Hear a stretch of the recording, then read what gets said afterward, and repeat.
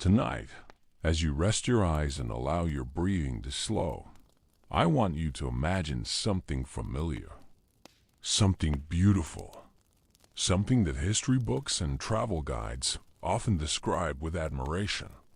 A medieval castle.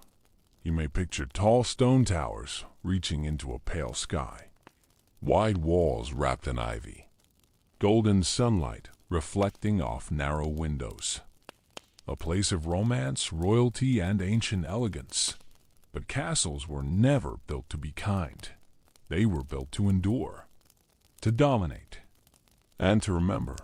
Long before these stone walls became tourist attractions, they were witnesses to fear, blood, and silence.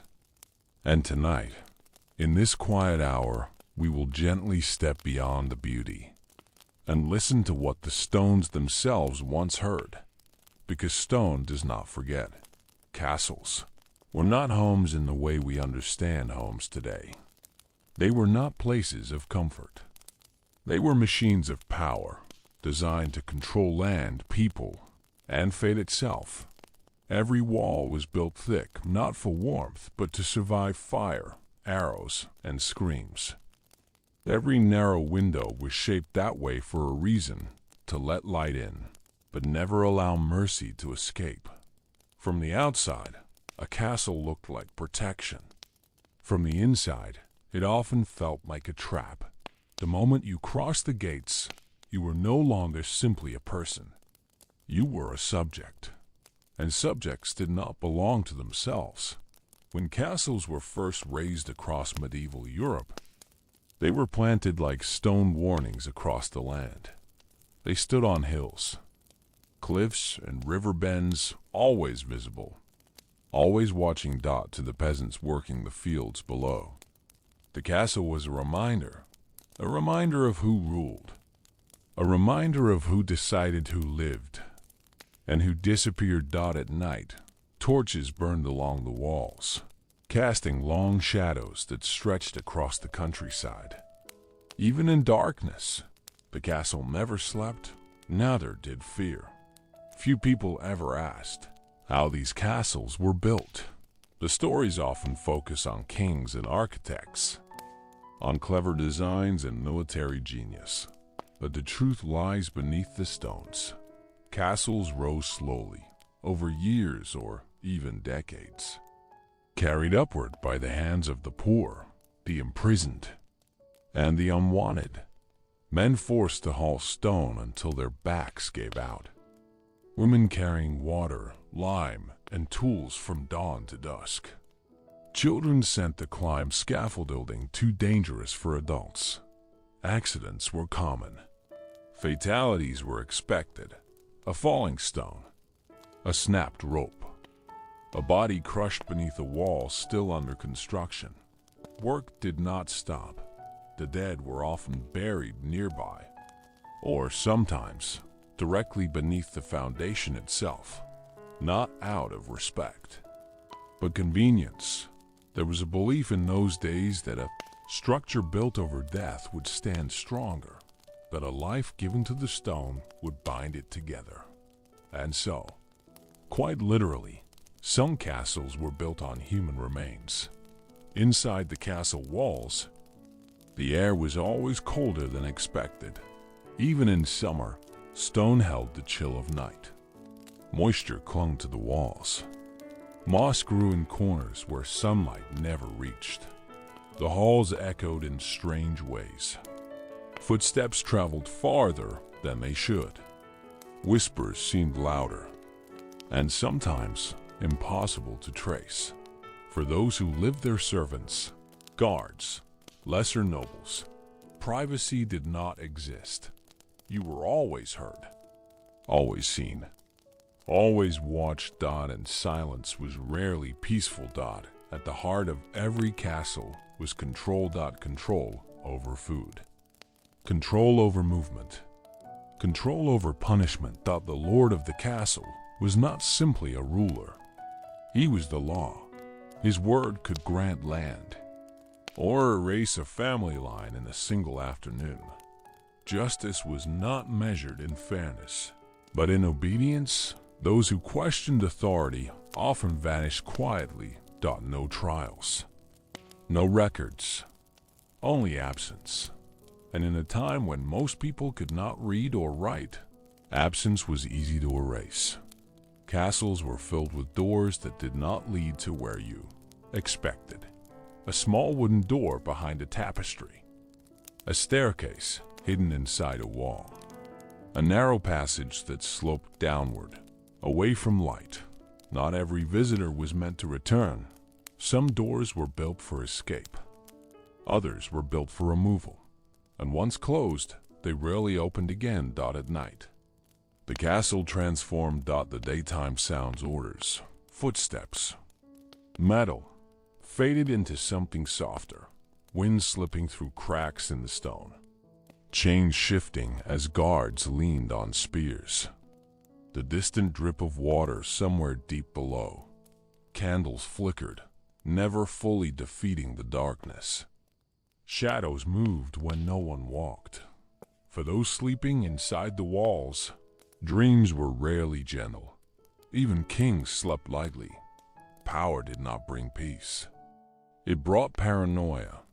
Every knock on the door could be betrayal. Every sound in the hall could be the last thing heard. And so, weapons were kept close, even in bed. The castle did not care who you were. It treated kings and prisoners the same way. Cold stone, heavy air, echoing silence.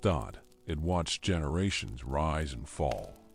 It absorbed laughter, crying, praying, and screaming without judgment.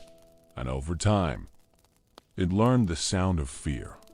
Many centuries later, people would walk through these same halls and feel something they could not explain.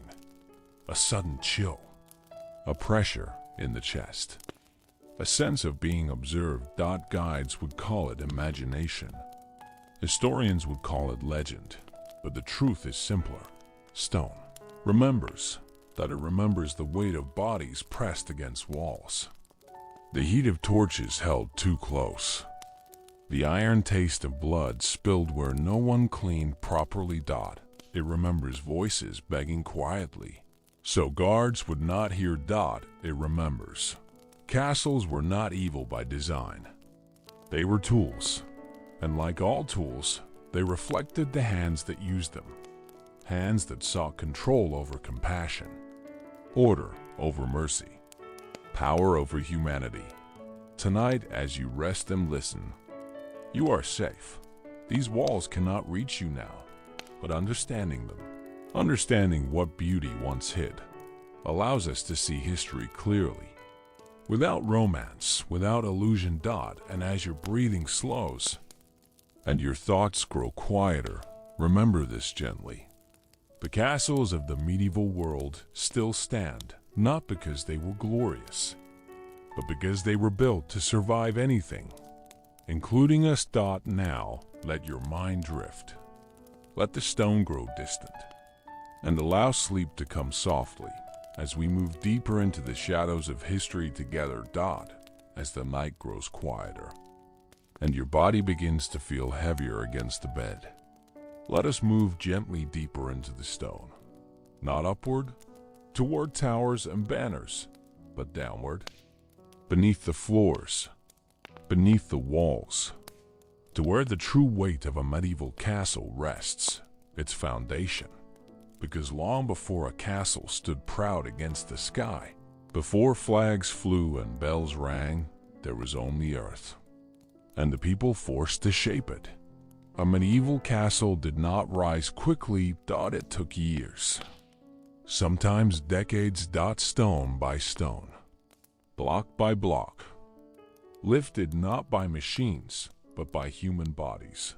Bodies that tired, bodies that broke, bodies that were replaceable. The land chosen for a castle was rarely gentle.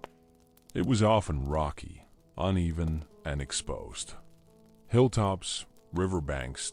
Beautiful places, and brutal ones to work. Before the first wall could be built, the ground had to be cut open. and that work fell to those with no power to refuse. Most of the laborers were peasants, men pulled from nearby villages, ordered to work as part of their duty to the Lord. They were not paid. They were not thanked. They were told the work was for protection, for safety, for the good of all.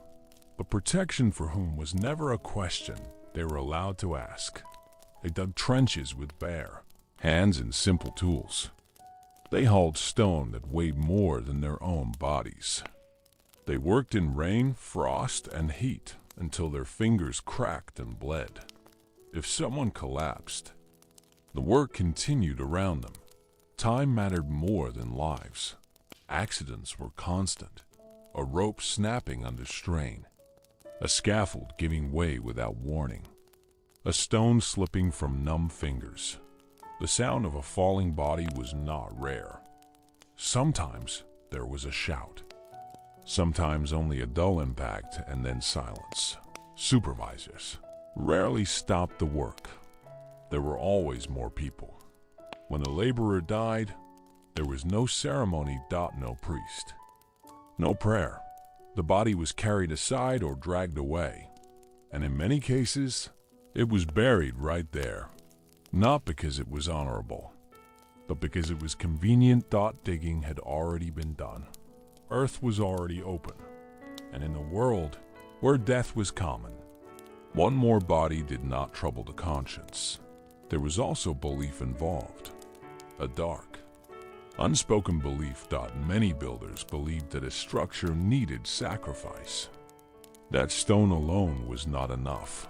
A life, they thought, gave strength. It anchored the walls. It pleased unseen forces. Some believed that a spirit trapped beneath the foundation would guard the castle forever. So when someone died during construction, it was sometimes seen not as a tragedy, but as fate. Children worked on castle sites too. Orphans, the sons of peasants. Children small enough to fit into narrow spaces. They carried water. They mixed lime. They climbed unstable wooden frames where one slip meant a long fall. Their voices were thin, easy to lose in the noise of work. If a child disappeared, there were no questions. Families had many children in those days. Loss was expected. As the foundation grew deeper, the air grew damp. Water seeped into trenches. Mud clung to skin and clothing. Workers stood ankle-deep in cold earth for hours, their feet numb, their legs shaking. Illness spread easily. Infections, fevers, wounds that never healed. Man could start the day strong and be dead by nightfall. And still, the stone kept rising. Once the trenches were ready, the first stones were lowered. Huge blocks, roughly shaped. Lowered slowly with ropes and pulleys. Each stone had to fit just right. If it did not, it was forced into place.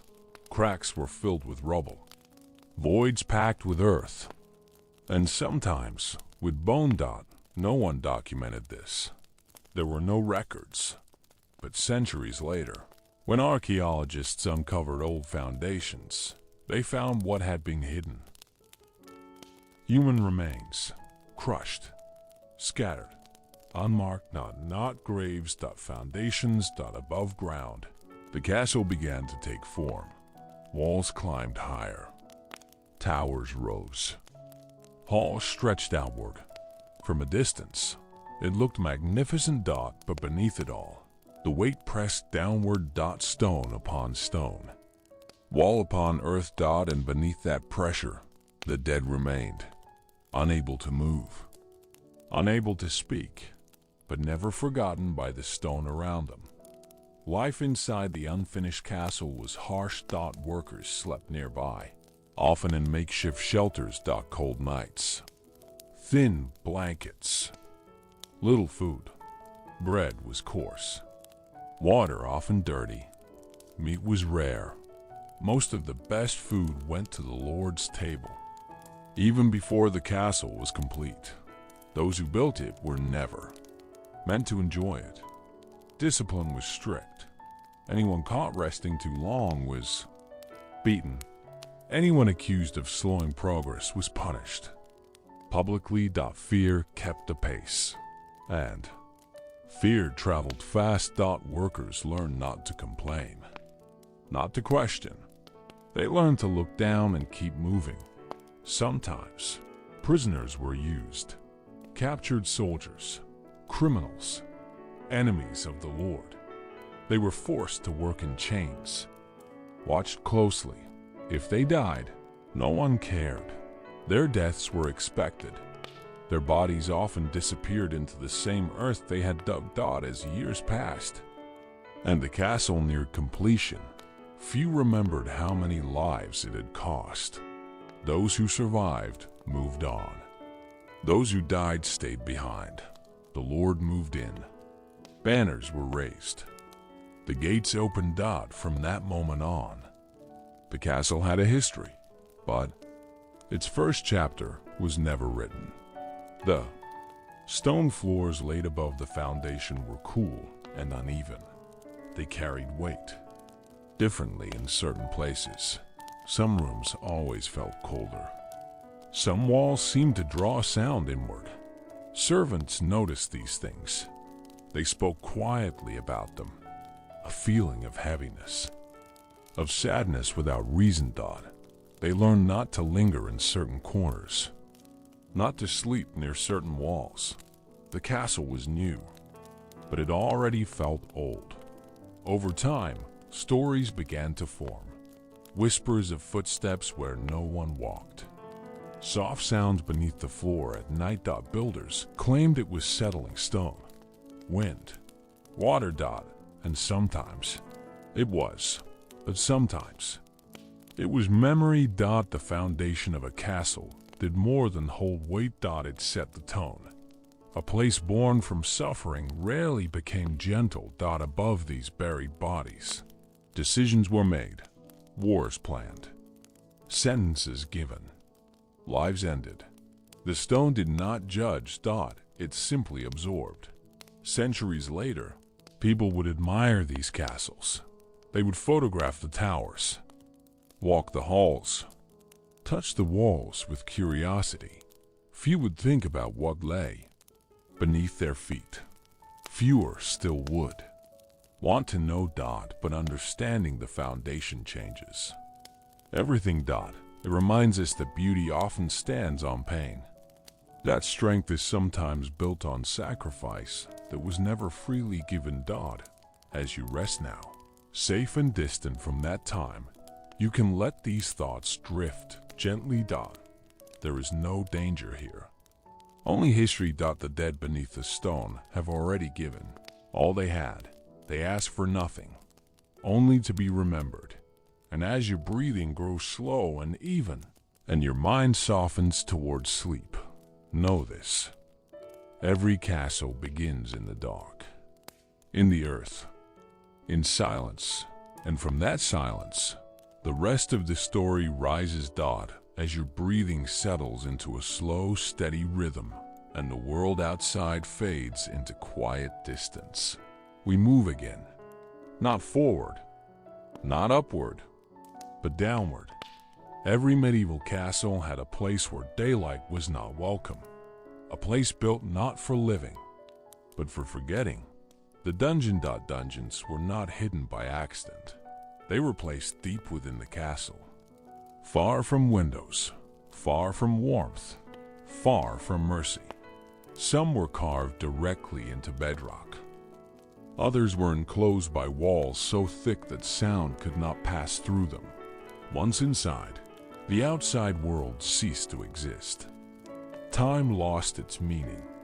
The word dungeon often brings dramatic images. Iron bars, chains, guards standing watch. But the reality was quieter. And far worse. Most dungeons were small, low-ceilinged, uneven.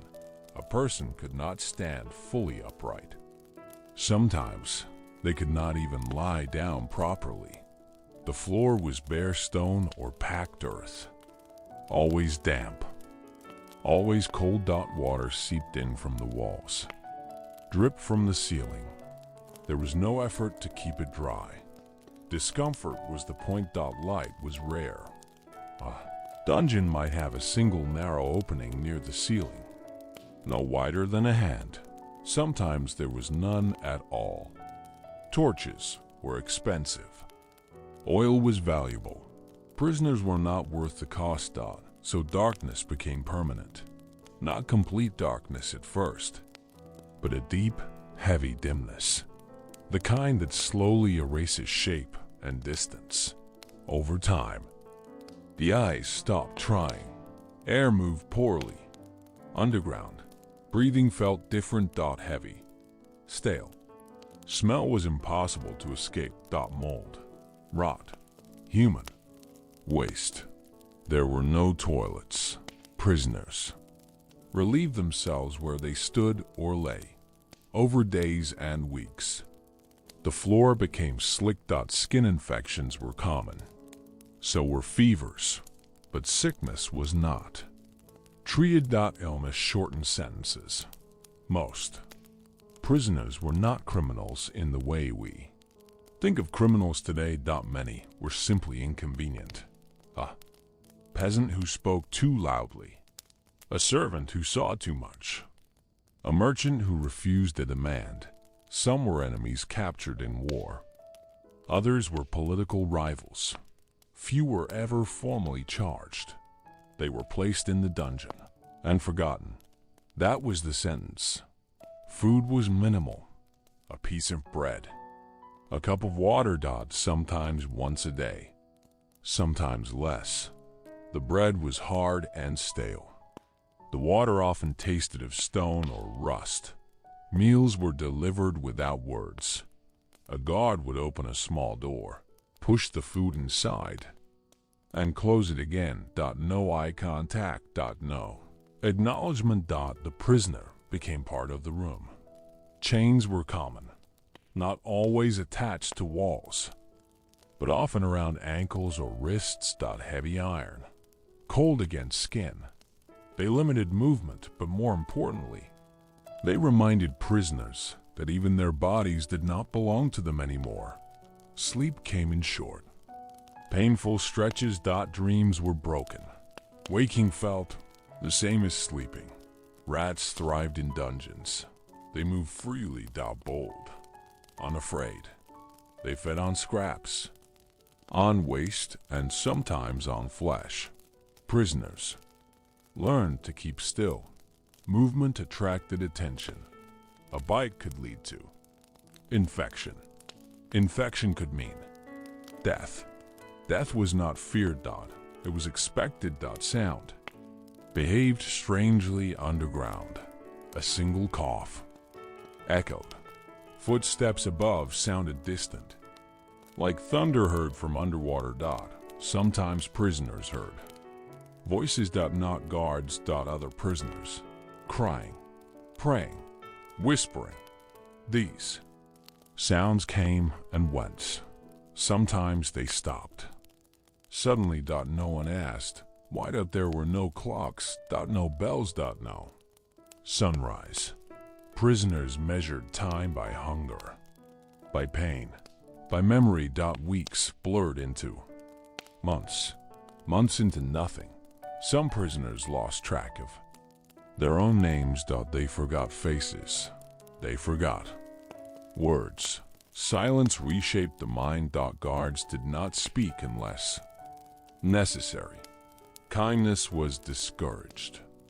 Guard who showed sympathy might be accused of weakness. Weakness was dangerous. So orders were followed. Keys turned. Doors opened. Doors closed. Routine replaced thought. Some dungeons were used temporarily. Others were permanent. A person could be left there until death. When that happened, the body was removed quickly, or sometimes not at all. If the dungeon was rarely visited, a body might remain for days. The smell grew stronger. The stone absorbed it. Above the dungeon. Life continued. Meals were served. Music played. Decisions were made. The contrast was intentional. The dungeon existed to remind everyone what happened when obedience failed. Fear traveled upward. No one needed to see the dungeon to feel its presence. Servants avoided certain staircases, certain doors. They knew what lay beyond them. They knew the sounds. They learned not to ask. Over time, dungeons shaped the castle itself. The stone around them grew darker. Smoother. Walls wore marks where chains rubbed. Floors became uneven from years of moisture. These marks remained long after the dungeon was emptied. They were never erased. Some prisoners were released. It was rare. When it happened, they were not the same. Their skin pale, their eyes sensitive to light. They spoke softly. They avoided enclosed spaces. Many could not sleep in darkness again. Freedom did not restore what was taken. Centuries later, people would tour these dungeons. They would step carefully, lower their voices. Some would laugh nervously. Others would feel a tightness in their chest, a sudden need to leave. Guides would explain the history calmly. Dates, names, but they could not explain the feeling. The dungeon was not just a room. It was a message. A message written in stone and silence. It said, power does not need to justify itself. It only needs to endure. As you lie here now, safe and warm, your breath slow and steady, you can let this chapter settle gently. There is no need to imagine pain. Only to understand it. Existed. Long ago. Far away. The darkness of the dungeon cannot reach you. It belongs to history. Now, and as your mind drifts deeper into rest, remember this softly. Light feels precious only because there was once a place where it did not exist at all. Sleep now. The stone grows quiet. And the story will continue when you are ready. As the night deepens and your thoughts begin to slow, we move again through the castle, not toward open halls or high towers, but into rooms that looked peaceful, even holy. Rooms where candles burned softly, where stone floors were swept clean, where symbols of faith were carved into the walls. Places meant to feel safe, but beneath the calm surface, these rooms served a darker purpose.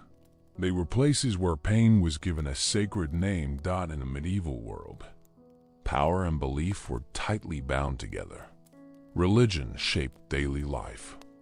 It guided behavior. It defined right and wrong. And in many castles, faith was used not only to comfort, but to control. Prayer rooms, confession chambers, and small chapels were often placed close to places of punishment. Sometimes they were the same rooms. To the outside eye, these spaces appeared gentle. Soft candlelight, carved crosses, quiet air. A visitor might think they were meant for reflection, for forgiveness, for peace. But the truth was more complicated. These rooms were designed to break the spirit without appearing cruel. Pain, when wrapped in belief, was easier to justify. In medieval thinking, suffering was not always seen as evil. Pain could be purification. Endurance could be proof of faith. And confession, especially forced confession, was believed to cleanse the soul. This belief allowed cruelty to wear a calm face. When someone was brought into these rooms, they were rarely told what would happen. There were no raised voices, no chaos. Guards moved slowly, quietly. Door closed behind them. Candles flickered, and the air felt still. The instruments used inside these rooms were not always visible at first. Some were hidden behind curtains. Others rested against walls, their shapes unclear in low light. They were simple. Tools. Wood, iron, rope, nothing elaborate. What mattered was not the tool, but the authority behind it. Those accused were often told that truth would set them free. That confession would bring mercy. They were encouraged to speak, to admit wrongdoing, to name others. If they resisted, pressure increased slowly. Never rushed. The goal was not speed. It was surrender. Pain was applied carefully, not to kill, not to leave obvious marks, but enough to convince, enough to confuse, enough to make silence feel unbearable. Between moments of pain, there were pauses, moments of quiet, moments where the accused was urged to pray. To reflect. To choose obedience. These pauses were important. They created contrast. Pain followed by stillness. Fear followed by hope. The mind struggled to keep balance. And in that imbalance, confession often came. Not always truth, but what authority wanted to hear. Many who confessed had nothing to confess to, but innocence did not protect them. Silence was seen as guilt. Resistance was seen as defiance. And defiance was dangerous. Clergy were sometimes present, not always to stop the suffering, but to guide it. They spoke softly. They reminded the accused that earthly pain was temporary, but eternal punishment was not. Their voices were calm. Reassuring. That made the message more powerful. Afterward, those who survived were often led to prayer. They were encouraged to thank God for the chance to cleanse their soul. Some did, out of fear, out of exhaustion, out of hope that obedience would end the ordeal. Not all castles used these methods openly. Some hid them carefully. Records were vague. Language was softened. Pain became correction. Torture became questioning. History was written gently, even when reality was not. Servants knew these rooms well. They cleaned the floors, replaced candles, washed cloths. They avoided looking too closely. They learned not to ask questions. Silence was part of survival. These rooms affected everyone who passed through them. Not only the accused. Guards carried the weight of what they witnessed. Clergy struggled with quiet doubt. Servants felt unease they could not explain. The stone absorbed all of it. Over time, the rooms themselves seemed to change. The air felt heavier.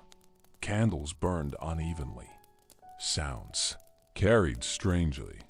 Footsteps echoed longer than they should. People lingered less. Centuries later, visitors would step into these same chambers. They would admire carvings, study symbols. They might say the room felt cold. Or uncomfortable. Some would feel watched. Others would feel nothing at all. History does not speak equally to everyone. These rooms remind us how easily belief can be bent, how faith, meant to guide and heal, can be used to excuse harm. How calm words can carry cruel meaning. As you rest now, safe and far removed from that world, you do not need to hold on to the pain, only the understanding. That power often hides behind gentle voices. That cruelty does not always shout. Sometimes it whispers. Let your thoughts slow. Let the candlelight fade. The room grows quiet again, and as sleep moves closer, remember this softly. Not every place of prayer was peaceful. Not every silence was holy. But time has passed, The stone remains dot, and you are safe. Sleep. Now, the story will continue when you are ready dot as the night continues, and your body sinks deeper into rest. We turn our attention to another quiet presence within the castle. Not the stone, not the guards, not the rulers, but the women whose lives passed behind these walls without, leaving marks on history. Their stories were rarely written, their voices rarely recorded dot, and yet, the castle shaped their lives as deeply as it shaped anyone else's dot in medieval castles. A woman's place was decided long before she arrived. Birth defined her path. Marriage sealed at dot choice was a luxury few women were ever given dot to the castle. Women were not individuals. They were assets dot for noblewomen. Life inside the castle appeared refined from a distance. Fine clothing, warm rooms, servants. But beneath the surface, their freedom was limited in quiet, constant ways. Marriages were arranged early, sometimes in childhood. Love was not considered. Alliance was. A noblewoman's body and future were tools to secure land, peace, or loyalty. She was exchanged like a signed agreement. Once married, her role was clear. Produce heirs. Maintain appearances. Obey her husband's authority was absolute. Disobedience was not dramatic. It was dealt with privately. A locked door. A quiet order. A long silence. The castle offered many ways to make someone disappear without explanation. Pregnancy was constant. Dangerous medical knowledge was limited. Childbirth often ended lives. Many women never reached middle age. Their deaths were accepted as part of duty. Another wife could always be found. Even noblewomen were rarely alone. Servants were always nearby, watching, listening. Privacy was almost non-existent. Every word could travel. Every action could be reported. Silence became a skill. For women who were not noble, life was harsher. Servants, maids, kitchen workers. They rose before dawn, worked until exhaustion. Their labor kept the castle alive. They cooked, cleaned, carried water, washed clothes.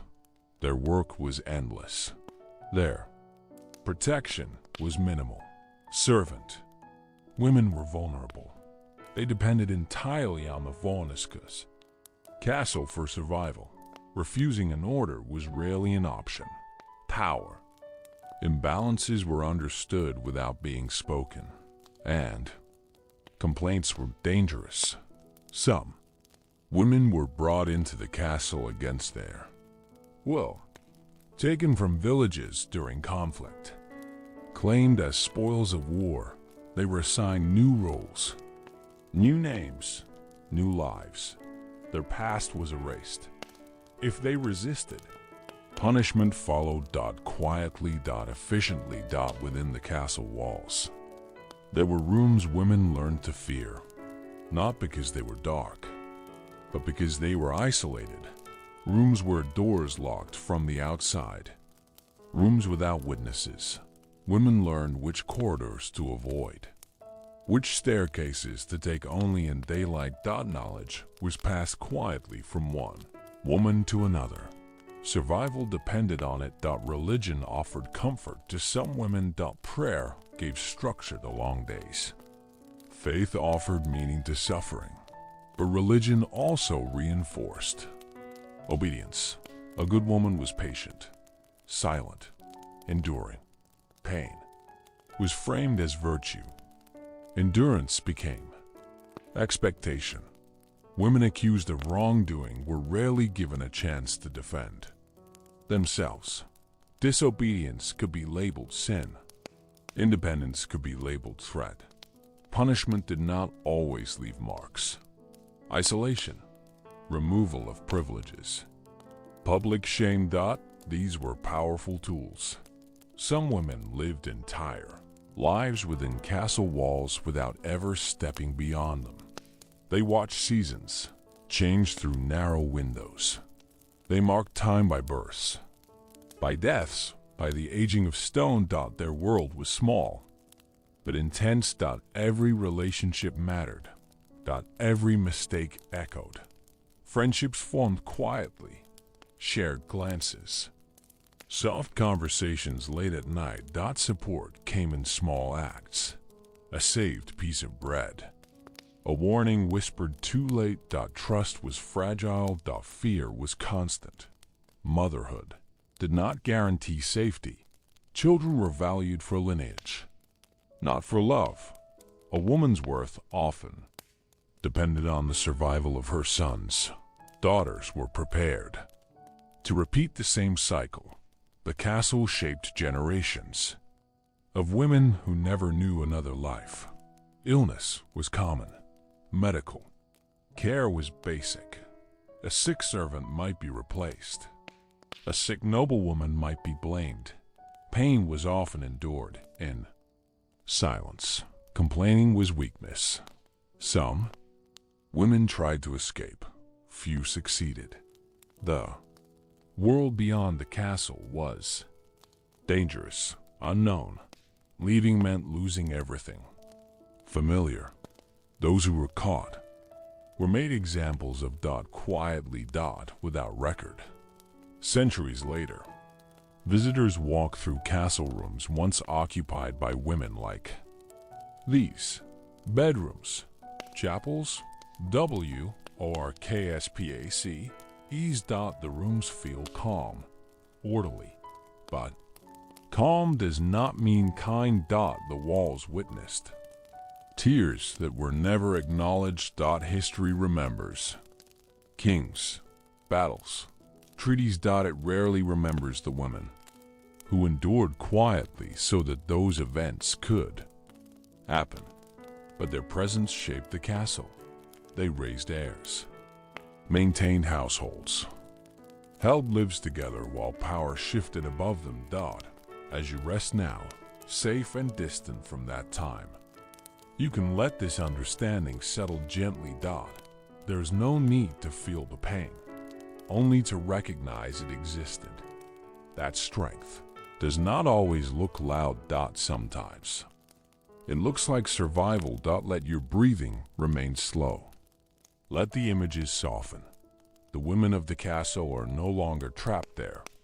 Their stories have traveled forward, carried quietly through time. And as sleep approaches, remember this softly. Not all prisoners were chained. Not all suffering was visible, but it mattered, and it still does. Sleep now. The stone grows still, and when you wake, the story will be waiting. As the night grows quieter and your thoughts slow into gentle waves, we move now into a part of the castle that appeared warm, bright, and alive. The Great Hall, a place of music, of laughter, of long wooden tables and flickering firelight, a place remembered for feasts. But as with everything inside the castle, what appeared abundant on the surface often hid a deeper truth beneath. Medieval castles were symbols of wealth and power, and nowhere was that displayed more clearly than during a feast. Large halls filled with smoke from torches and hearth fires, tables heavy with food, goblets overflowing with wine and ale. To guests, it looked like endless abundance, but abundance in the castle was carefully controlled. Food was power. Who ate well and who went hungry was never accidental. The lord of the castle decided who received meat, who received bread, and who received nothing at all. Every meal reinforced hierarchy. At the high table, the lord and his guests sat above everyone else. They were served first. They were served best. Roasted meats, fresh bread, spiced dishes brought from far away. Their plates were full. Below them, servants and guards waited. they ate later. Less generously and below them still, in kitchens and corridors. Others waited longer, sometimes until there was nothing left. The castle kitchen was a place of constant movement. Large fires burned day and night. Pots simmered. Knives struck wood again and again. Cooks worked under pressure. Mistakes were not tolerated. A poorly prepared dish could be seen as disrespect. Disrespect had consequences. Food shortages were common in the medieval world. Bad harvests, harsh winters, war. But inside the castle, the illusion of plenty was maintained. Even when stores ran low, the feast continued. That meant someone else went without. Peasants outside. The castle walls often starved during these times. Inside the castle, food was locked away. Grain was guarded. Meat was rationed. The castle could survive long sieges because it took from those who could not resist. Servants saw this imbalance every day. They carried trays of food past people who were hungry. They scraped plates clean. While others dreamed of bread, some learned to steal. Quietly, a piece of meat hidden in cloth. A crust slipped into a pocket. If caught, punishment was swift. Hunger did not excuse disobedience. Feasts were loud. Music played. Voices rose. Cups clinked. But beneath the noise, there was tension. Politics unfolded between bites. Alliances were tested. Promises hinted at. Food distracted, but it also revealed who was seated where, who was served what, who was ignored. Every detail mattered. Cooks and servants overheard everything.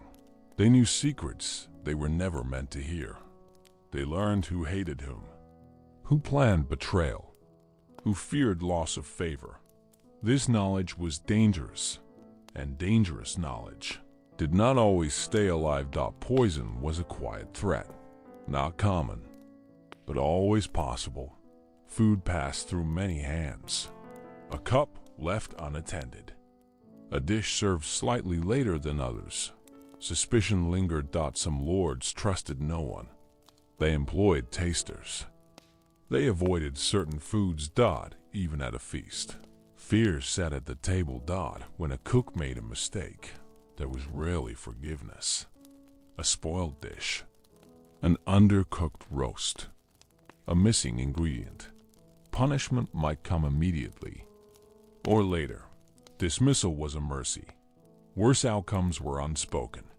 The kitchen was not a safe place. Waste was common. Uneaten food was thrown away or fed to animals. Meanwhile, servants and villagers went hungry. This contrast hardened hearts. Compassion dulled over time. Survival required distance. During celebrations, the divide grew sharper.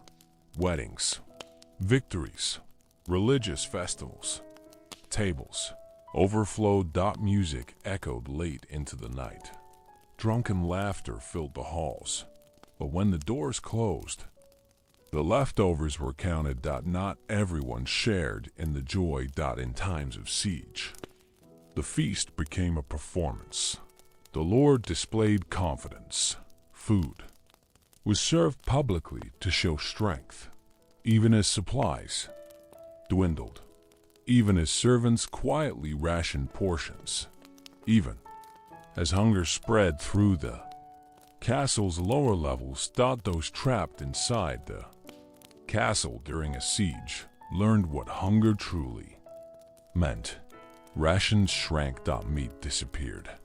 Bread thinned. Water was measured carefully.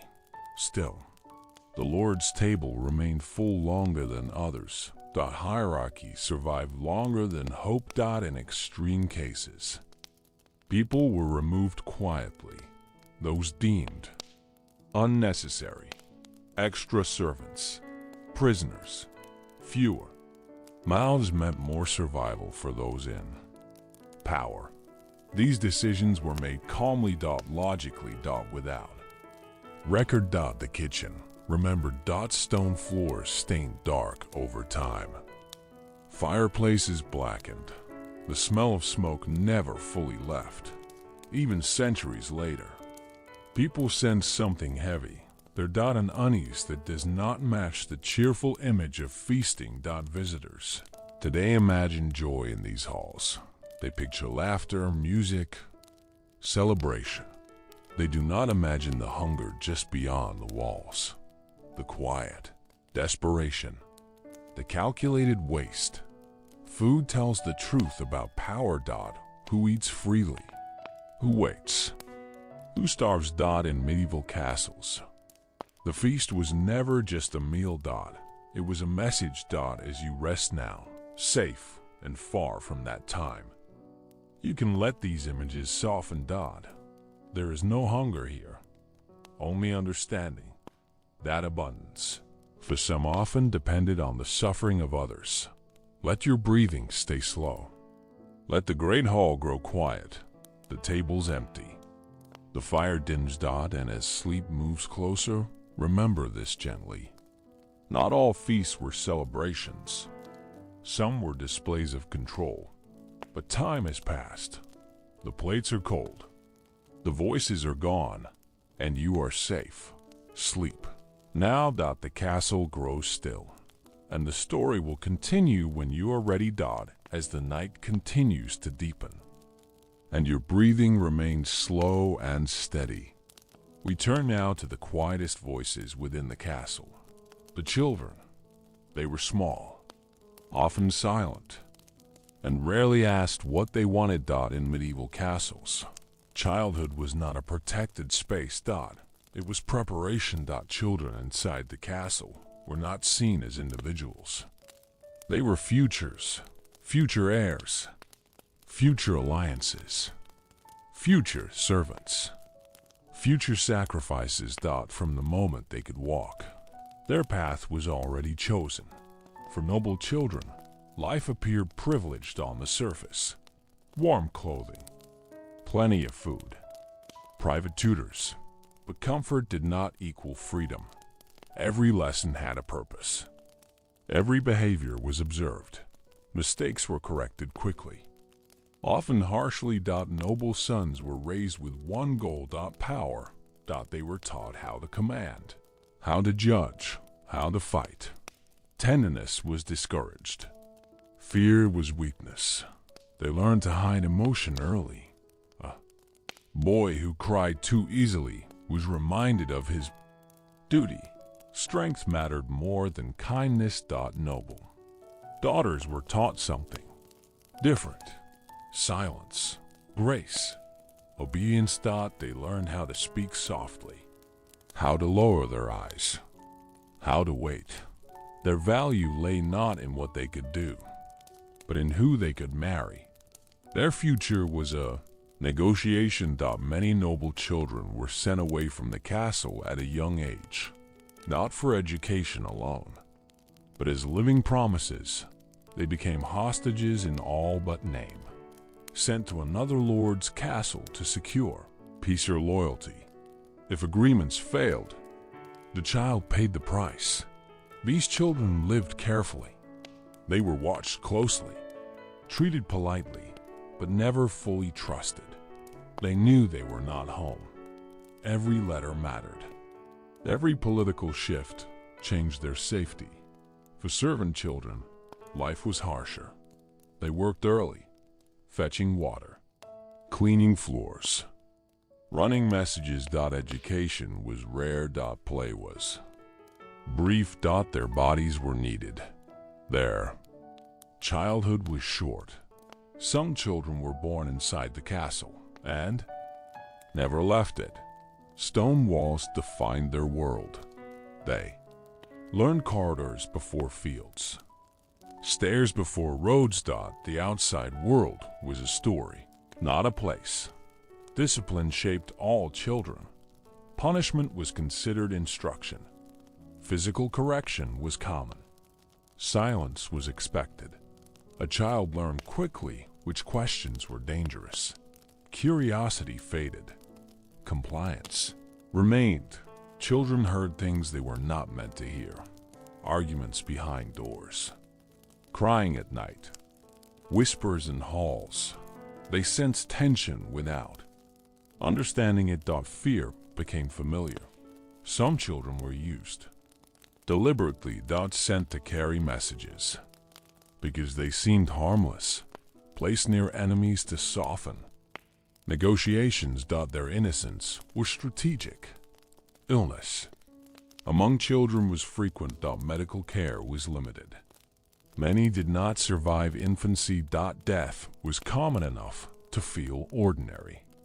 Grief was private. Life moved on. Children were expected to grow up quickly. By early teens. Many were already working full-time. Others were married. Others trained for war. There was little transition. Childhood ended quietly. Some children disappeared. Taken during conflict. Removed during political shifts. Their absence was explained simply. They were sent away. No one asked where. Even play carried meaning. Games reflected hierarchy. Who led? Who followed? Who obeyed? The castle taught lessons even during laughter. Centuries later, visitors walked through castle courtyards and imagined children playing freely, running, laughing. Sometimes that was true, but often those games were brief moments between lessons of obedience. The castle shaped children to serve its future, not their own. They were molded carefully, sometimes gently, sometimes not, but always with purpose. As you rest now, safe and far from that time, you can let this understanding settle softly. There is no need to feel sadness. Only recognition. That childhood once meant something very different. Let your breathing remain slow. Let the corridors grow quiet. The children of the castle have long since grown, or faded into history. Their voices are faint now. And as sleep draws closer, remember this gently. Not all children were protected. Not all futures were chosen freely. But time has passed.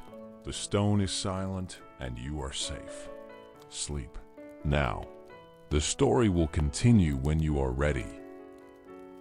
As the night deepens and the space around you feels quiet and still, we move now into parts of the castle that were never meant to be seen. Not the halls meant for guests.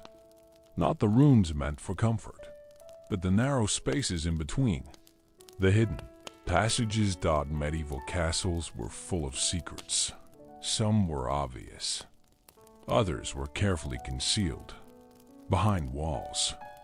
Beneath stairs. Under floors once smoothed by centuries of footsteps. These passages were not accidents.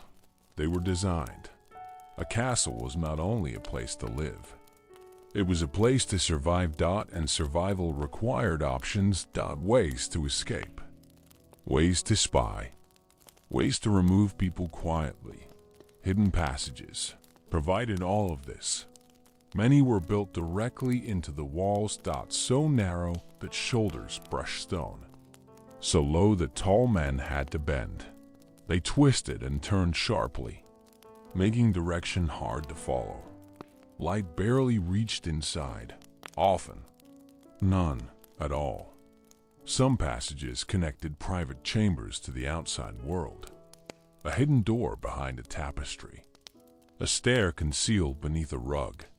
These were escape routes, used during sieges, during surprise attacks, during moments when trust collapsed. A lord might disappear into the stone and emerge far from danger. Few others were allowed to know these paths existed. Other passages led downward, toward dungeons, toward storage rooms, toward places no one wanted to visit. These paths were used at Night. Quietly. A person could be moved without being seen. Without being heard. The sound inside these passages was different. Footsteps echoed softly, as if swallowed by stone. Voices felt close, even when far away. Breathing sounded loud. Every movement felt exposed. Torches were rarely used. Light revealed too much. Those who walked these paths learned to navigate by memory. By touch. By instinct. Servants sometimes discovered these passages by accident. A loose stone, a draft where there should be none. They learned quickly not to ask questions. Knowledge could be dangerous, and curiosity was rarely rewarded. Some passages were reserved for spying. Small openings behind walls, tiny holes disguised as decoration. From these hidden points, conversations could be overheard, meetings observed, secrets collected. Information was power. And castles gathered it quietly. Not everyone who entered a hidden passage returned. Some were led inside and never seen again. No witnesses, no record. Their absence was explained simply. They left. They were transferred. They were punished. Silence followed. During political tension, these passages became active. Messengers moved quickly. Guards repositioned unseen. Plans unfolded without alerting the court. Power shifted behind walls that looked solid and still. Children were warned about these places, told not to explore, not to wander. Stories were shared quietly of people who went inside and vanished. Fear kept curiosity in check. Over time, some passages were sealed. Walls closed. Entrances forgotten. As the castle changed hands, knowledge was lost. New owners lived above spaces they never knew existed. Centuries later, workers renovating old castles would rediscover them. A wall opened unexpectedly. A stair appeared from nowhere. Inside, dust lay undisturbed. Sometimes, objects remained. A shoe, a piece of cloth, a rusted key. Rarely, something more. These discoveries raised questions that history could not answer. Who walked her last? Why were they alone? Why did no one come back for them? The stone offered no explanation. Hidden passages also shaped fear. Servants felt watched. Nobles slept lightly. The idea that someone could be nearby, unseen, was unsettling. Privacy was never guaranteed. At night, sounds traveled through these passages.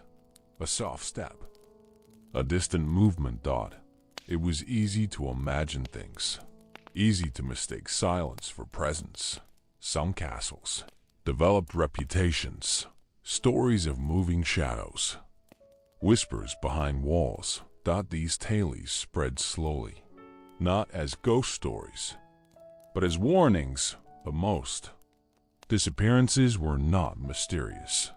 They were intentional. Efficient. Designed to leave no trace. Hidden passage was not magic. It was a tool. Power prefers quiet. Solutions. A person removed publicly creates questions. A person removed silently creates none. The castle understood this well. As you rest now, safe and far from that world, there is no need to feel fear. Only awareness that history often moves in spaces we never see.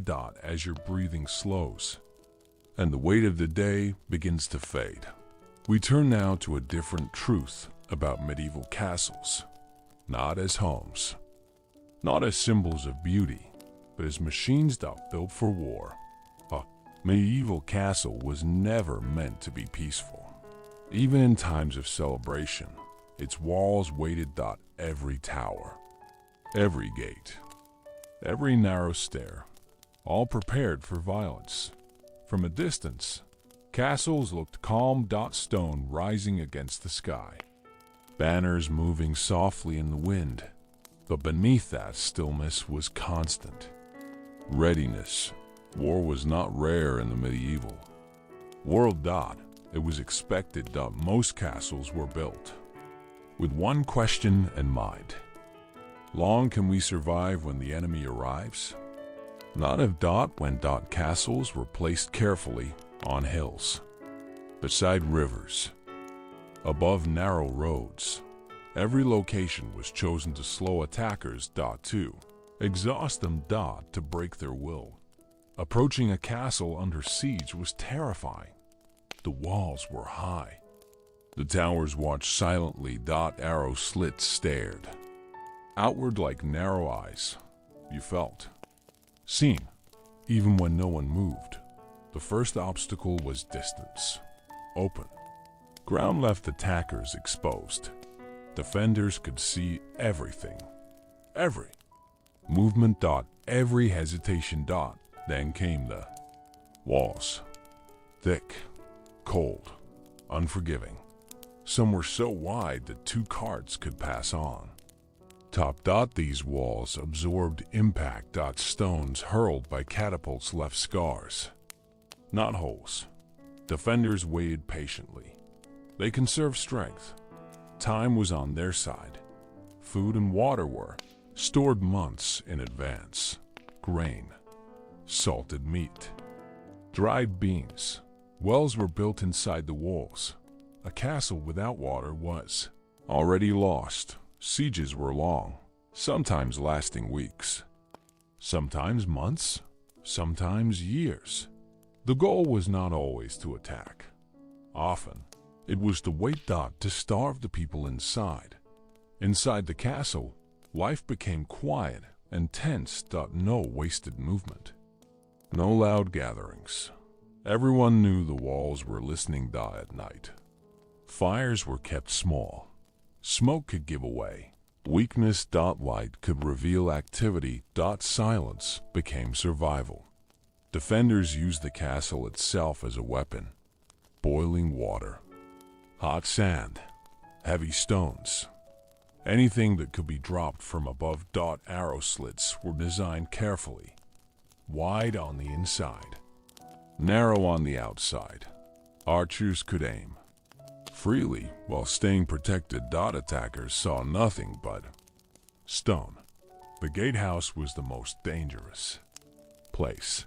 Massive doors reinforced with iron. Thick wooden beams. Layers of defense. Behind the gate, death waited patiently. If attackers broke through the first gate, they entered a trap. A narrow space. Above them, openings in the ceiling. From there, defenders poured down stones, arrows, fire. Few survived this point. Moats slowed everything. Water filled or dry, they forced attackers to stop. To climb, to expose themselves. Sometimes, the water was filthy. Diseases spread quickly. War was not only fought with weapons, it was fought with suffering. As days passed, conditions worsened. Inside and outside, bodies weakened. Minds grew tired. Fear crept quietly. For those inside the castle, waiting was its own punishment. Listening to the sounds of war. The distant shouts, the impact of stones, wondering which wall might fail. Children were kept away from windows. Women and elderly stayed deep inside. Everyone had a role. Even fear had a purpose. It kept people alert. Sometimes, castles fell quickly. A weak wall, a forgotten passage. A traitor inside. War did not always come from outside. More often, castles fell from hunger. Food ran out. Water turned foul. Illness spread. The walls still stood strong, but the people did not. Surrender was slow, painful, negotiated. Carefully. Better to open the gates than face slaughter. Sometimes mercy was offered, sometimes none at all. When a castle was taken by force, the result was brutal looting, punishment, execution. Castles that failed were made examples. For the winners, the castle became theirs. The same walls, the same rooms. Power changed hands, but the stone remained. Castles remembered everything. They absorbed screams. They held silence. Stone does not forget. After war ended, life returned slowly. Repairs were made. Walls rebuilt. Scars covered, but never erased. New banners flew. New rulers slept in old chambers. The castle adapted. Always ready. From the outside, peace returned. From the inside, nothing was ever the same. Those who survived carried the memory. As centuries passed, these castles grew quiet. War moved elsewhere. Weapons changed, but the design remained. A reminder of a time when survival depended on stone. Now, as you rest, you are far from those walls, far from hunger, far from siege. The castle no longer needs to defend. Let the towers fade into darkness. Let the sound of distant battle dissolve. The stone grows still. Castles of war were never heroic. Places. They were desperate. Patient. Cold. Built to endure what humans could not. As the world around you grows quieter, and your breathing becomes slow and steady, we step now into one of the darkest truths hidden inside medieval castles.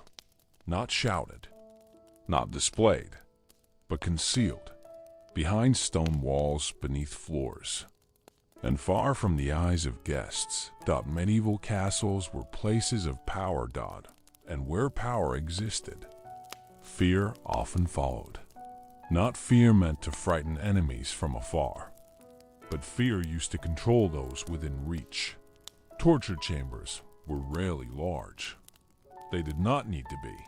They were small, enclosed, and silent, built deep inside castles, far from living quarters. The stone there was thick. Sound did not travel easily. These rooms were not designed for chaos. They were designed for order. Everything had a place. Everything had a purpose. Even pain. In medieval times, justice was not gentle. Truth was believed to be hidden inside the human body.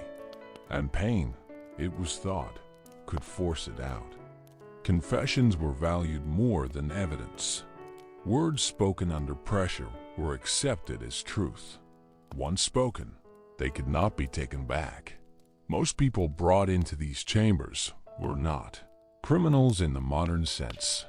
They were suspects, servants accused of theft, messengers blamed for bad news, political rivals, religious dissenters. Sometimes they were simply inconvenient. The chamber itself was simple: stone walls, a low ceiling, few windows, if any. Light came from torches or candles, casting long shadows. The air was cold. Always. Chains were fixed into the walls. Rings, embedded in stone. These were permanent. The castle was built around them. The purpose of the room was not to kill. Death ended questioning. Pain extended it. Sessions were often slow, deliberate. Silence was used as much as sound. The waiting was sometimes worse than what followed. Those who worked in these chambers were not always cruel men. They were officials. Following orders, carrying out the law as it was understood at the time. Distance mattered. They rarely knew the person well. A name on a list, a charge spoken aloud. That was enough. The methods used were chosen carefully, not to cause immediate harm, but prolonged discomfort, stretching, pressure, exhaustion. Nothing rushed. Pain was meant to persuade Dot to convince the body to speak what the mind resisted. Many confessions were false. People admitted to anything, just to make it stop. Witchcraft, treason, crimes they could not have committed. Once spoken, the words became evidence. The system reinforced itself. Confession justified punishment. Punishment justified. Fear maintained control. Some chambers were also used for display. Not public, but symbolic. Prisoners were taken through certain corridors to be seen. The message was clear. Obedience kept you safe. Questions did not. After sessions ended, the chamber fell silent again. Torches extinguished. Doors locked. The stone absorbed everything. No. Records were kept inside these rooms. Only outcomes. Released. Transferred. Executed. The process itself was rarely described. As centuries passed, many of these chambers were forgotten, sealed off, converted into storage. New generations walked above them, unaware of what lay beneath. Later, when castles were restored, these rooms were rediscovered. Chains still in place, rings still set in stone. No blood. Your remains. Just emptiness. Visitors often felt uneasy, not because of what they saw, but because of what they imagined. The silence felt heavy. As if the room remembered. Historians now understand that torture rarely revealed truth. It revealed fear. It revealed desperation. It revealed how power can lose its way. But it is important to remember, the people of that time did not see themselves as monsters. They believed they were maintaining order, protecting society, doing what was necessary. This does not excuse the pain, but it explains how easily such systems can exist. Quietly. Behind walls. As you rest now, safe and distant from that world, there is no need to feel distress. This story is not meant to disturb. It is meant to remind. That progress came slowly. That justice evolved through suffering. That silence once hid cruelty. The torture chambers are quiet now. Their doors no longer open. Their purpose is gone. The stone remains, but it no longer commands fear, only reflection. Let your thoughts drift away from those dark rooms. Let the walls fade into shadow. You are not there. You are safe. Breathe slowly. Feel the calm return. The castle grows. Still. As your breathing stays slow and even, and the quiet around you feels steady and safe, we move now into a place of light and sound. A place very different from the dark chambers. Beneath the castle, we enter the Great Hall. The Great Hall was the heart of the medieval castle. It was where rulers displayed power, wealth, and control. Long wooden tables stretched across the room. High ceilings lifted voices upward. Firelight danced across. Stone walls. This was where royal feasts took place. Events meant to impress. To overwhelm. To remind. Everyone present who held authority. At first glance, a medieval feast looked joyful. Music played softly. Servants moved quickly. Platters of food arrived one after another. But behind this display lay a quieter truth. Feasts were not only celebrations, they were performances. Carefully staged moments meant to show dominance. The food alone told a story. Whole animals roasted over open flames. Boar, deer, oxen. Meat was rare for common people. Here, it appeared in excess. Tables overflowed. Bread stacked high. Cheese cut thick. Fruit imported from distant lands. Spices were used freely. not for taste alone, but to show wealth. Spices were expensive. Some were worth more than gold. Using them generously was a statement. It said, "We can afford this." Wine flowed constantly. Barrels were opened without hesitation. Cups were refilled before they emptied. Sobriety was not expected. Participation was. Seating mattered. Very much. The closer you sat to the ruler, the more important you were. Distance from the head table meant distance from power. Every detail reinforced hierarchy. Who served? Who was served? Who spoke? Who remained silent?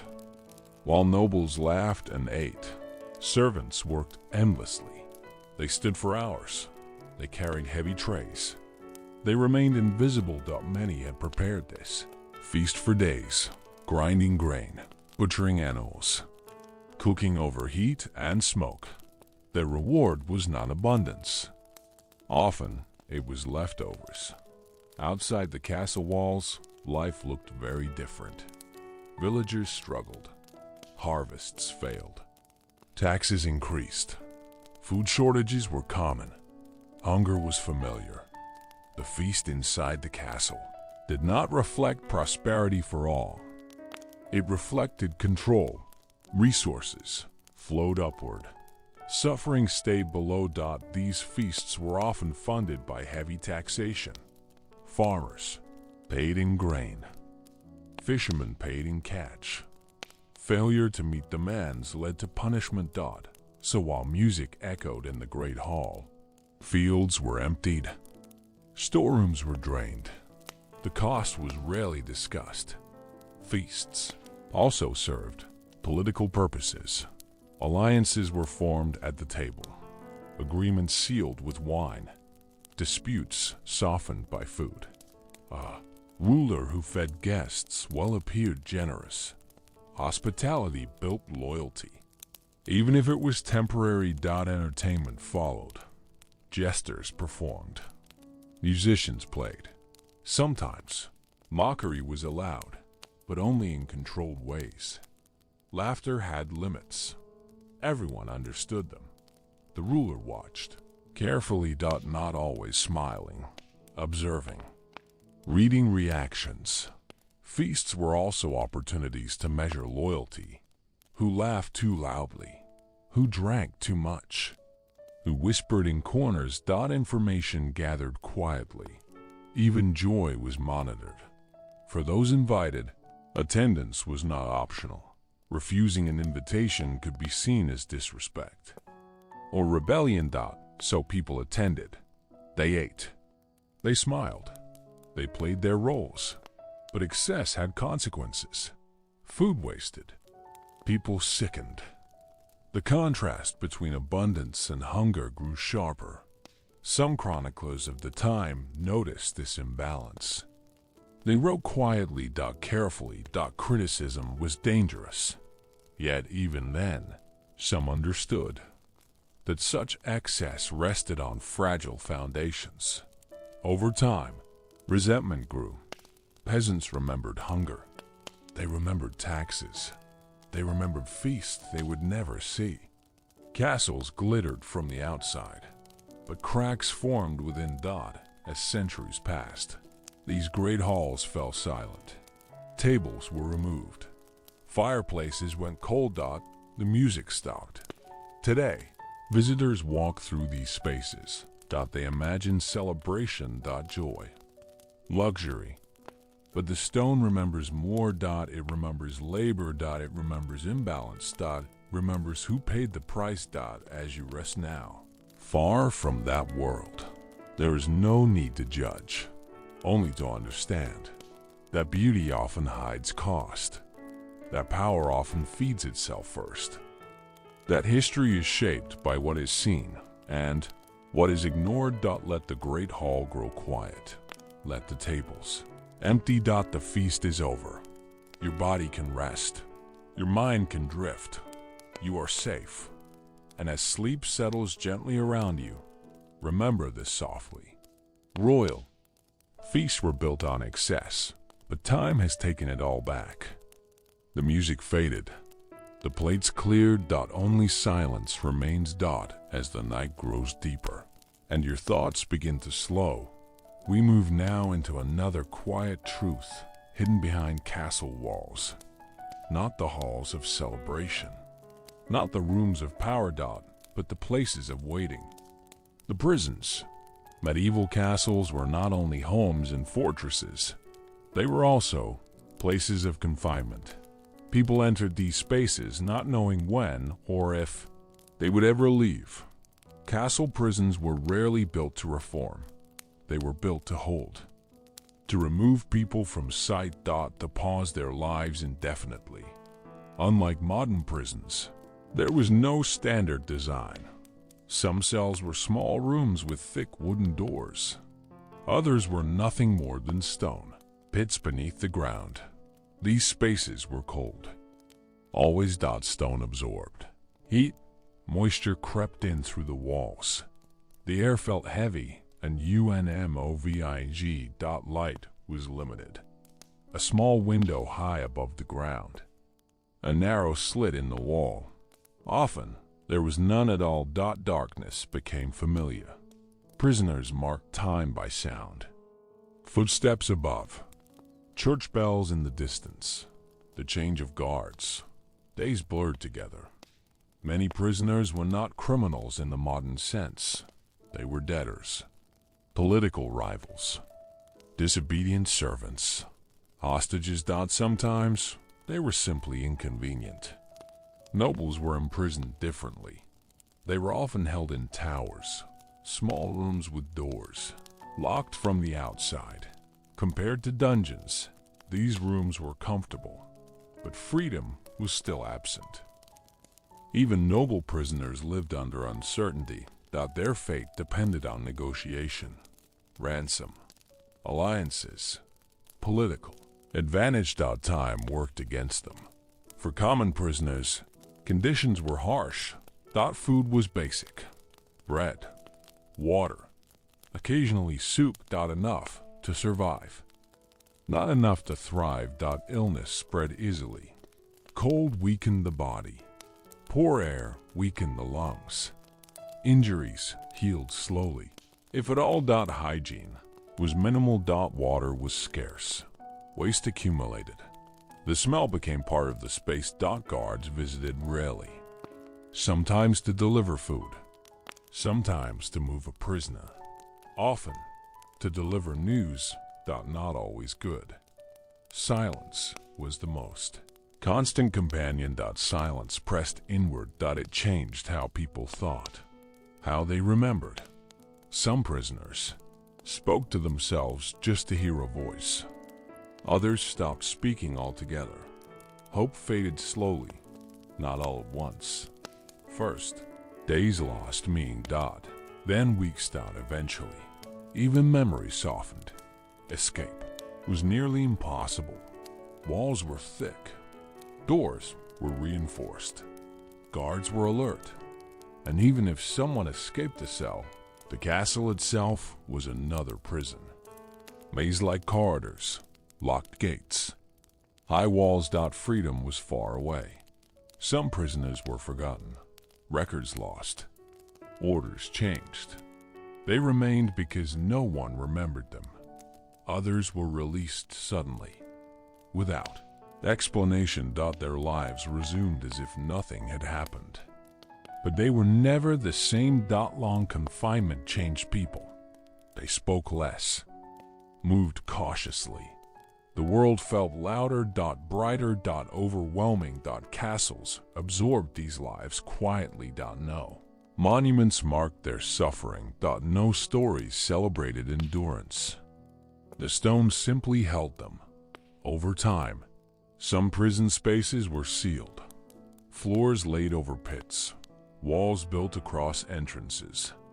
The castle evolved. New generations lived above old cells. They slept peacefully, unaware of what lay beneath. Centuries later, when castles were restored, these spaces were rediscovered. Iron bars rusted. Doors warped with age. The air still felt heavy. Visitors today often feel uneasy, not because of fear, but because of empathy. These rooms speak softly. They say, someone waited here. Historians now understand that imprisonment was a tool, not for justice, but for control. Holding someone removed their voice, their influence, their presence.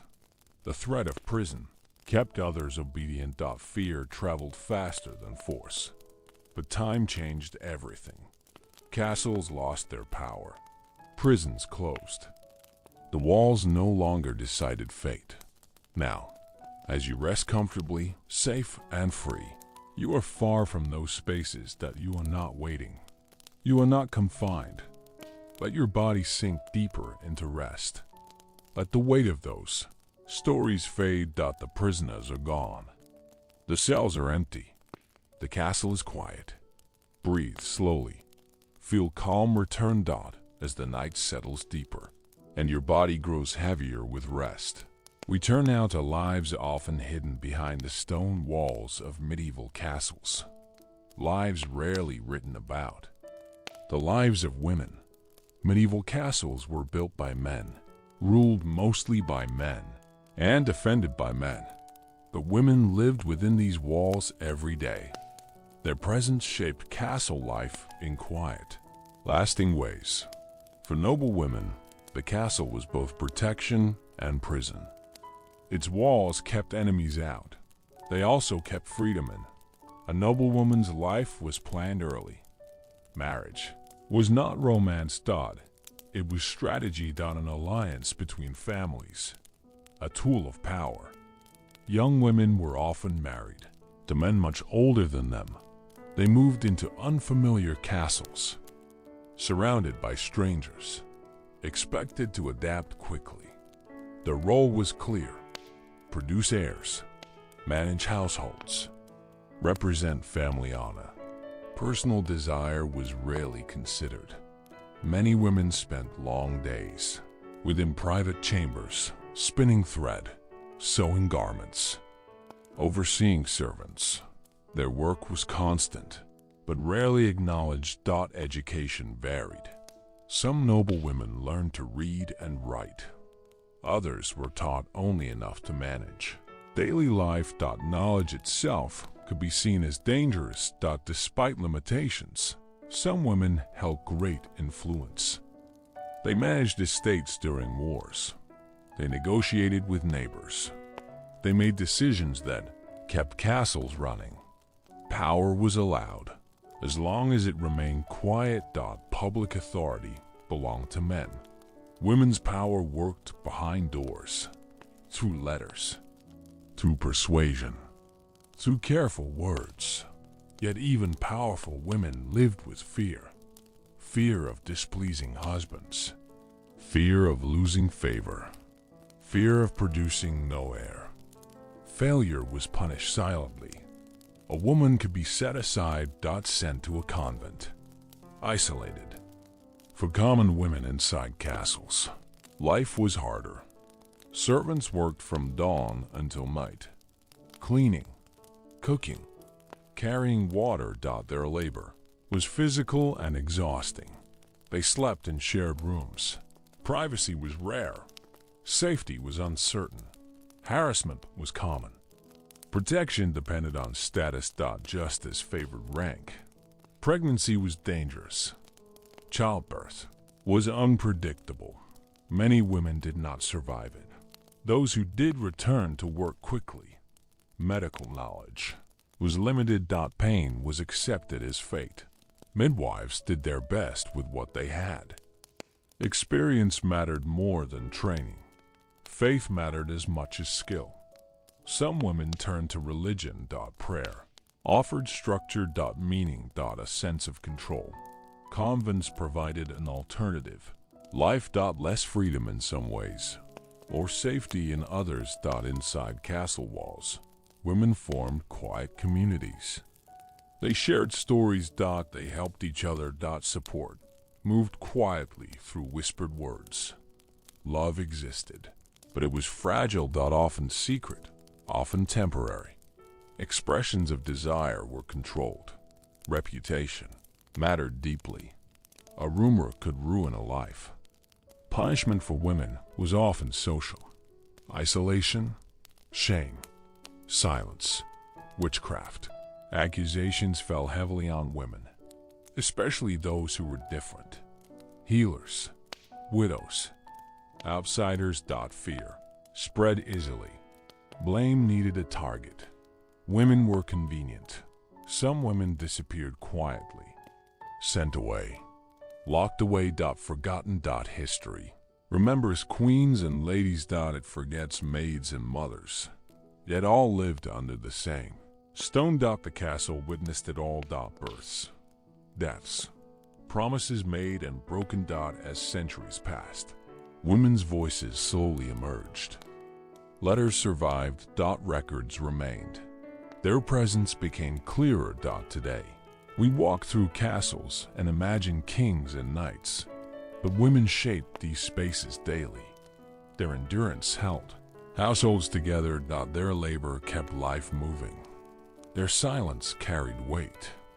As you rest now, safe and far from that world, there is no need to feel sorrow, only understanding that strength does not always shout. Sometimes it whispers. Let the chambers grow. Quiet. Let the footsteps fade. The women have rested. Breathe slowly. Feel calm return. As the night grows quieter and your breathing settles into a calm rhythm. We turn now to a truth that touched every life inside medieval castles. Not war, not power, but death. In the medieval world, death was never far away. It lived quietly alongside daily life. Inside castles, as much as in villages beyond the walls.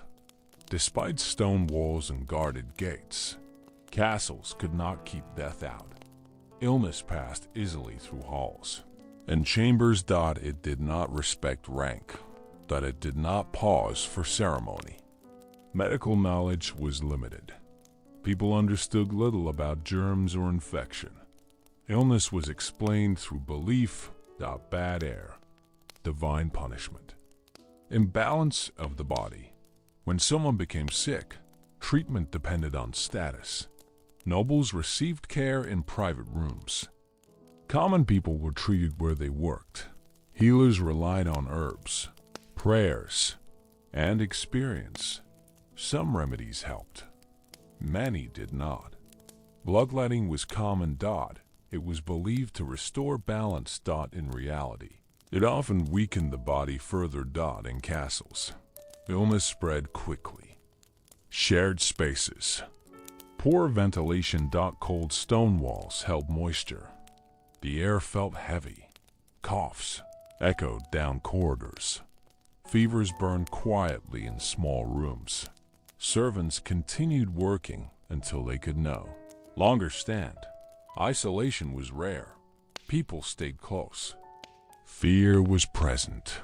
But life continued. Then came the plagues. The most feared visitor of all. When plague reached a region, panic followed. Castles closed their gates. Visitors were turned away. Messages were limited. The plague did not need permission. It traveled with rats, fleas, and people. It slipped through cracks. Once inside, there was little defense. Symptoms appeared suddenly. Weakness, fever, confusion. Death could come within days. Sometimes hours. No one truly understood why. This made the fear worse. People prayed. Church bells rang constantly. Religious processions moved through courtyards. Faith was comfort. Rooms were sealed. Clothing burned. The sick were isolated as best as possible. Still, the castle filled with silence. A different kind of silence. Heavy, expectant. Servants disappeared from their duties.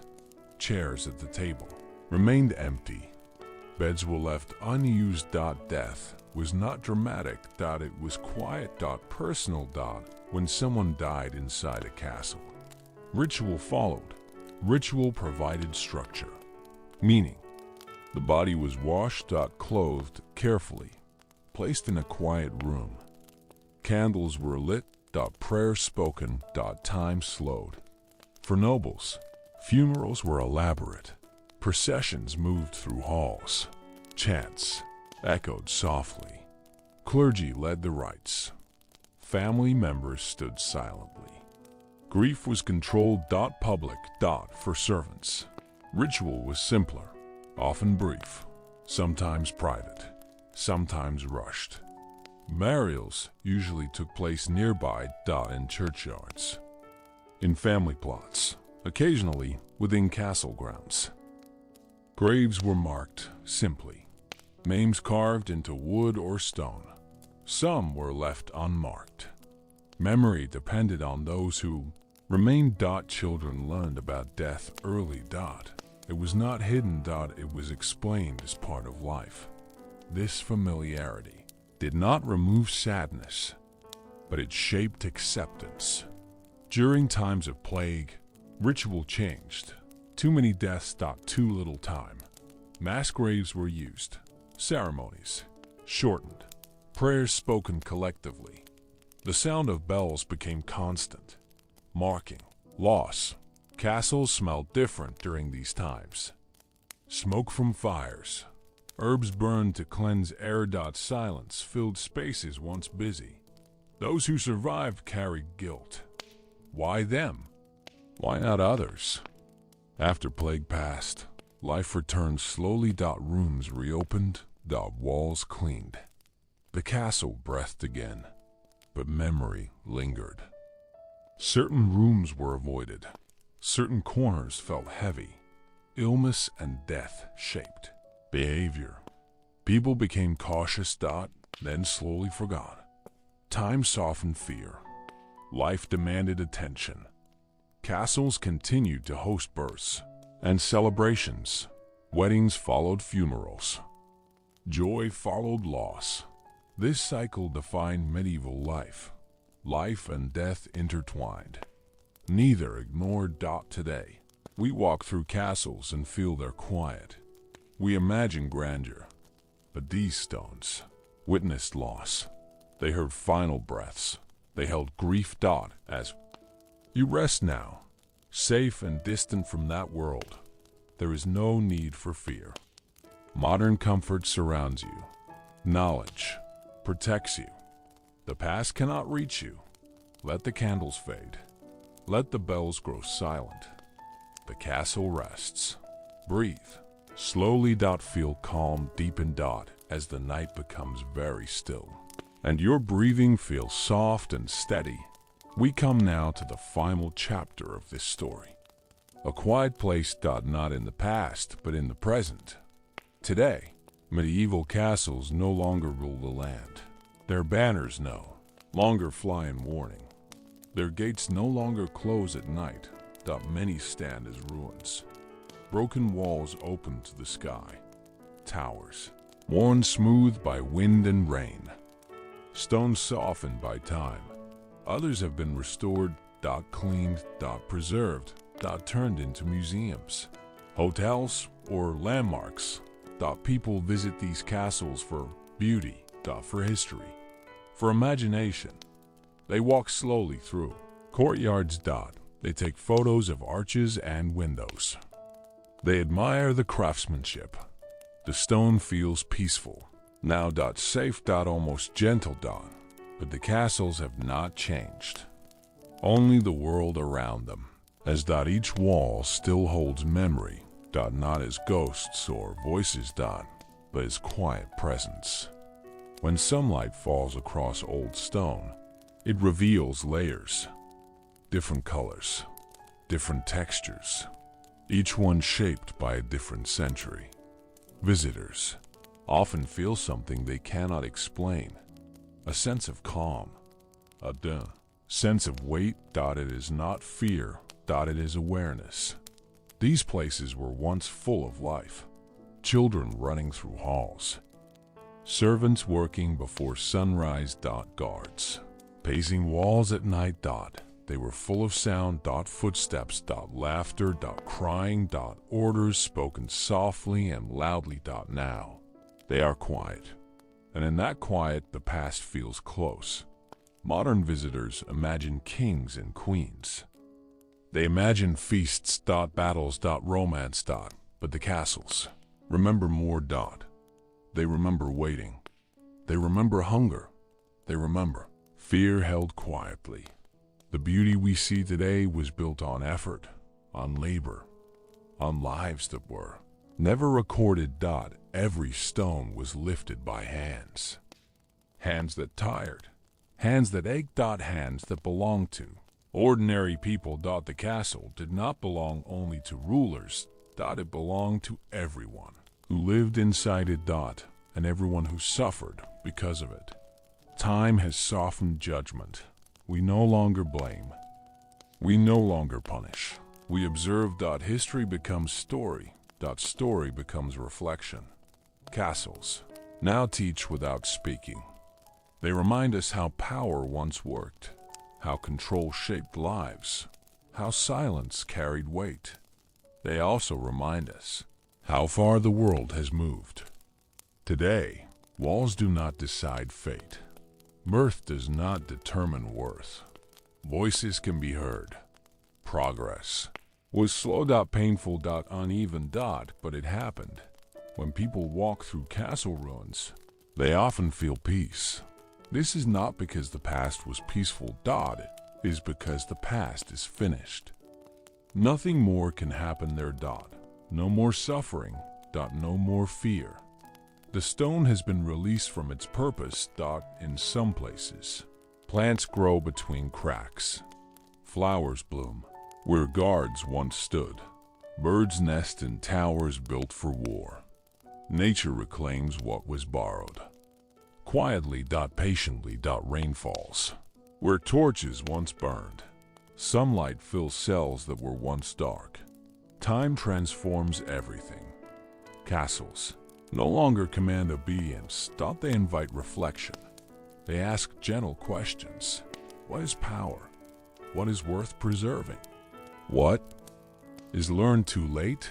And perhaps the most important question, what do we choose to build now? As you rest here, safe in the present, there is nothing left to fear from these stories. They belong to history. They belong to memory. Your body is warm. Your space is quiet. The past cannot reach you. Let your thoughts slow even more. Let the image of the castle fade into soft shadow. The walls crumble peacefully. The towers rest. Nothing is demanded of you. Nothing is expected. Breathe gently. Feel calm settle fully. And as sleep carries you deeper, remember this softly. The castles still stand, but their power is gone. Only beauty remains. Only lessons. Only silence. You have reached the end of this journey.